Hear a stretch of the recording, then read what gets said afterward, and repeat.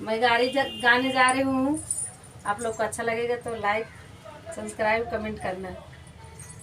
दूल्हे साले को लग गई लात, साला हीरो बने। दूल्हे साला को लग गई लात, साला हीरो बने।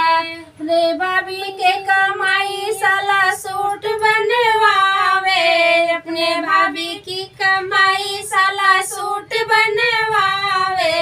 अपने भैया के लगता दामाद साला हीरो बना, अपने भैया को लगता दामाद साला हीरो बना। दूल्हे साले को लग गई लत, साला हीरो बना। दूल्हे साले को लग गई लत, साला हीरो बना।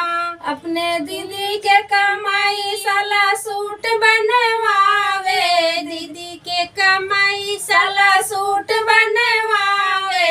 अपने जीजा के लगता दामाद साला हीरो बना, अपने जीजा के लगता दामाद साला हीरो बने। दूल्हे राजा के लग गई लात, साला हीरो बना। दूल्हे राजा को लग गई लात, साला हीरो बना।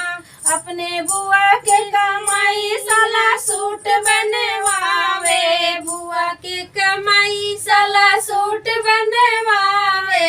अपने फूफा के लगता दामाद साला हीरो बने, अपने फूफा के लगता दामाद साला हीरो बने। दूल्हे राजा के लग गई लात, साला ही